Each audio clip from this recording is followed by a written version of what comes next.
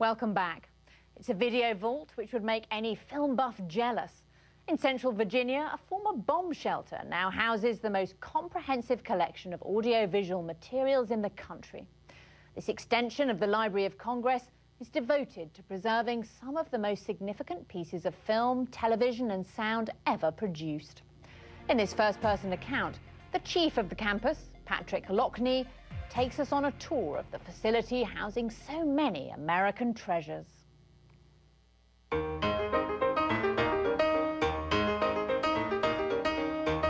see what we got here.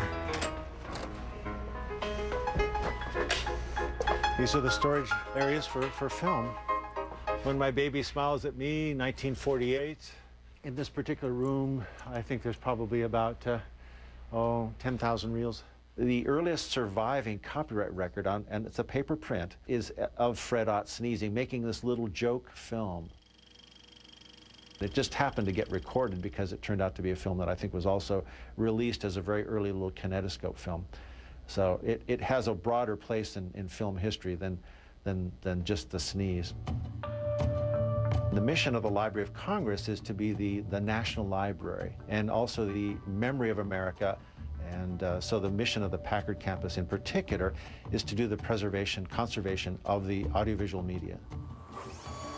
We're the nation's leading conservation center for archival film, television, radio, and sound recording materials. But also it's a storage center. About half the square footage of this facility is devoted to cold storage. So that these materials are stored at proper temperatures for humidity and temperature in specially designed archival vaults that will ensure the longevity of these materials for generations to come. So these are all feature films, copyright deposit, 35mm prints from around the world from 1968, 1967. Hey gentlemen, how you doing?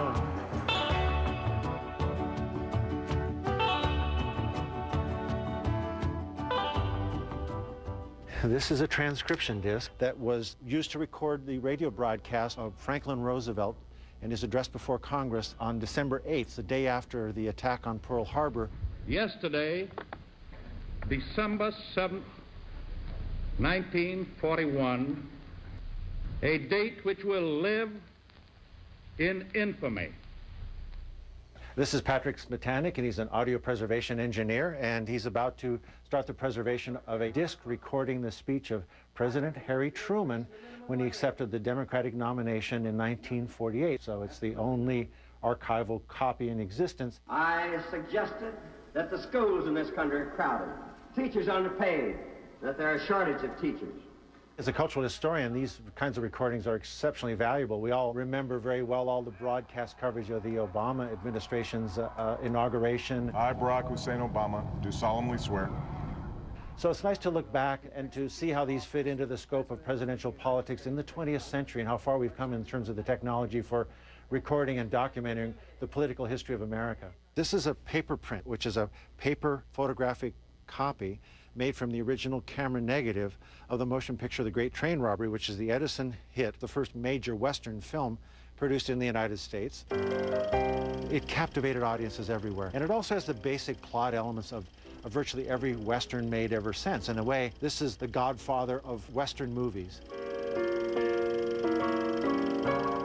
The library has collected an enormous amount of material over a very long period of time. It's not just about saving old movies and saving funny, odd little artifacts of sound or some old performer who might have been a vaudeville star. It's way more important than that.